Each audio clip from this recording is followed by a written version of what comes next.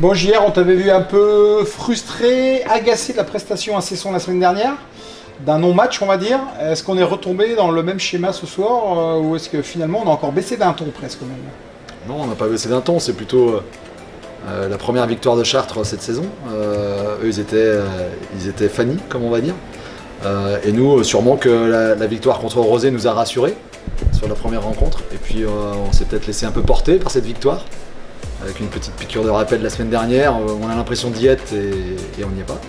Et ce soir, c'est encore plus flagrant. C'est encore plus flagrant dans plein de domaines dans le jeu. C'est ça qui est vraiment frustrant pour le coup. C'est qu'à un moment donné, la Nationale 1 demande des compétences, des efforts physiques, des efforts techniques. Et par moments, on a failli. Voilà. Et est-ce qu'on a quand même été dans le coup, on va dire, pendant 40 minutes, 45 minutes, tout pendant qu'on est à -2, on est encore dans le coup. Est-ce que tu sentais encore quand même l'équipe capable de renverser la table sur ce match-là?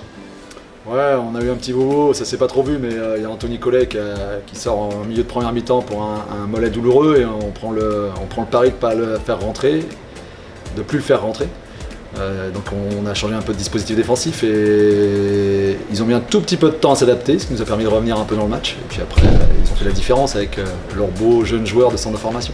C'est ça. Et en plus, eux, il n'y a aucun joueur qui avait déjà mis les pieds ici. Ils n'ont pas du tout été épatés, enfin, ils n'ont pas été étonnés, on va dire, par l'ambiance et ils sont restés sereins toute la partie quand même du coup. Le staff de Chartres a fait le job par rapport à ça, c'est qu'ils savaient où ils mettaient les pieds. Hein. Les équipes adverses travaillent vraiment fort, hein, surtout tous les adversaires. Donc ce qui est bien cette année, c'est qu'au moins on ne nous prend pas à la légère, donc ça c'est plutôt intéressant.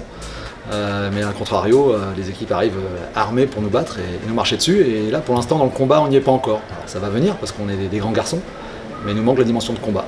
Est-ce qu'on peut dire que finalement, là, à l'automne 2021, on paye l'excellent automne 2020 où finalement les 4-5 victoires ont mis le doigt sur attention, Pouzauges peut être très très solide en N1. Ouais, peut-être, ouais. Mais après, c'est une année de reprise, c'est une année compliquée. Hein. Et je pense que ce sera un championnat qui va être très homogène, finalement, où chaque week-end, quand la possibilité se présente de gagner des points, il faut les prendre. Donc, on a déjà perdu 2 la semaine dernière.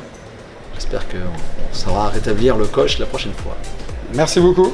Bien, ce soir, moi je suis venue pour la première fois au match, la première fois de cette saison. C'était pas possible que je vienne la dernière fois. Et j'ai rencontré beaucoup de gens qui ont dit « Ah, enfin, on peut venir au match ». Et on sentait le bonheur de venir voir jouer leur équipe. Évidemment, il y a eu un petit peu de déception, ou de la déception tout court, à la fin du match. Mais la saison ne fait que commencer, donc on a un plein espoir quand même dans notre équipe, un plein espoir. Et nous, donc, on est très contents de voir qu'ils vont continuer à porter haut les couleurs de Pouzauges.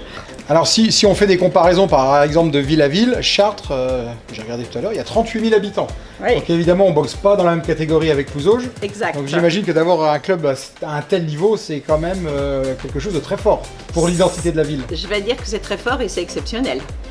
Donc bravo nos handballeurs et bravo leurs formateurs qui les ont amenés à ce niveau. Et on a bien envie de continuer à rester à ce niveau. Effectivement, on est des petits qui jouons dans la cour des grands, mais des petits quand même dynamiques et on y croit. Surtout que cette équipe de Nationale 1 a quand même encore une certaine identité avec des joueurs qui sont issus du bassin de Pouzauges et on va dire des cantons environnants, il y a quand même 6-7 Vendéens encore qui jouent là-dedans. Oui. Oui, donc quand on parle de Pouzauges aussi, donc on porte les couleurs de Pouzauges, mais on porte aussi les couleurs d'un territoire, hein, les couleurs du pays de Pouzauges d'abord. Et même de la Vendée, j'ai envie de dire. Même de la Vendée, je peux le dire aussi. C'est l'étendard du handball vendéen, Pouzauges. C'est tout à fait cela, et on en est ravis.